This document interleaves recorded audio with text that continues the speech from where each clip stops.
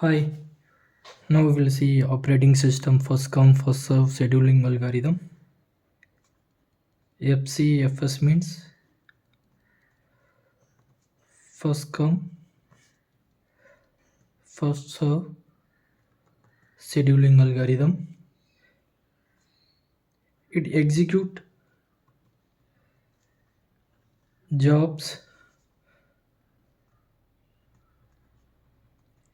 according to their arrival time. Okay.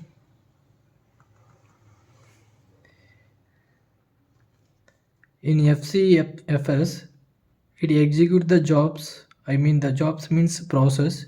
It execute the jobs according to their arrival time. Right. CPU also allocated when process comes first. CPU allocated when process comes first. Okay, this is the first come first serve scheduling algorithm. Basically it follows non-preemptive scheduling algorithm. It is non-preemptive scheduling algorithm. Okay, so let me explain two examples for this first come first serve scheduling algorithm. In the first example, suppose process, right? Suppose process arrives in the order. For example, process burst time. So the process P1, P2, P3, right?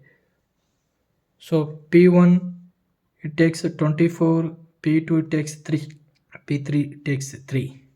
So now we will calculate average waiting time for this process using first come first serve scheduling algorithm whenever the process comes in the given order P1, P2, P3. Okay, so now let's draw the can chart. So the can chart we have to, like whatever process we have, right? We have to give the process P1, P2, then P3. So the starting time for the process in the initial time, right, for process 1 is 0. So it takes 24, right? So we have to give the completion time for P1 process is 24. Then the second process comes from the ready queue. Okay, so it is allocated 3. So already P1 completed 24, 24 plus 3, 27. So the P2 completion time is 27. Now the process 3, right? The process 3 it takes 3. So 20 already P2 completed 27, 27 plus 3, 30. So the P3 completion time is 30. Okay, now waiting time for process 1. What is the process 1 waiting time? 0.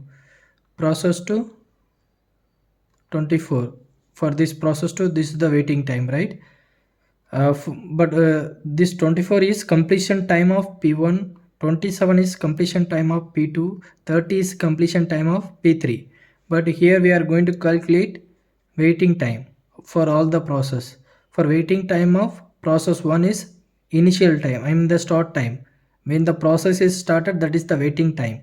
Okay, the P1 started 0, P2 started 24, P3 started 27. Okay, so now average waiting time, right? Average waiting time is, so we have to add these values and we have to calculate the average. So here 0, 24, 27. 0 plus 24 plus 27 divided by 3 number of process. So it comes 51 by 3, so it takes 17. Okay, so this is one of the example. Suppose process arrives in the given order. Okay, here you can see the first process have high burst time. Okay, here the first process have 24 high burst time compared with the other process, so that's why it takes 17 seconds. Okay, average waiting time. Let's take other example.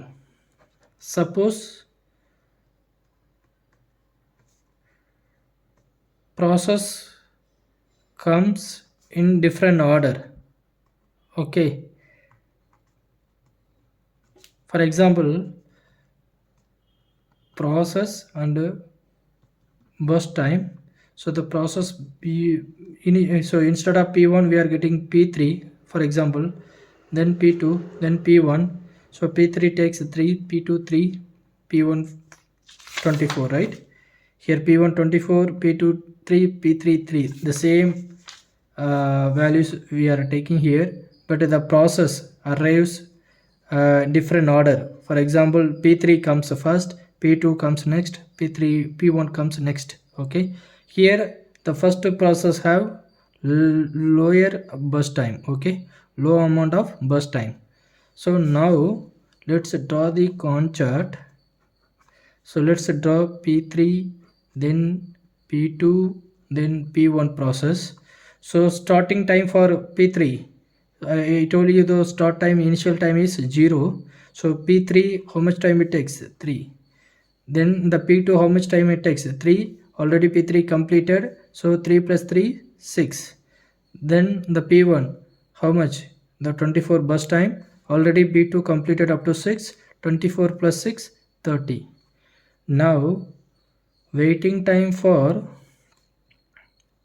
P3 is, what is the waiting time for P3? 0, right? This is the waiting time, but this is for completion time of P3, but this is for waiting time of P2, right? Waiting time is starting time of P2. So for P2 we have 3. Okay, for P1 we have 6.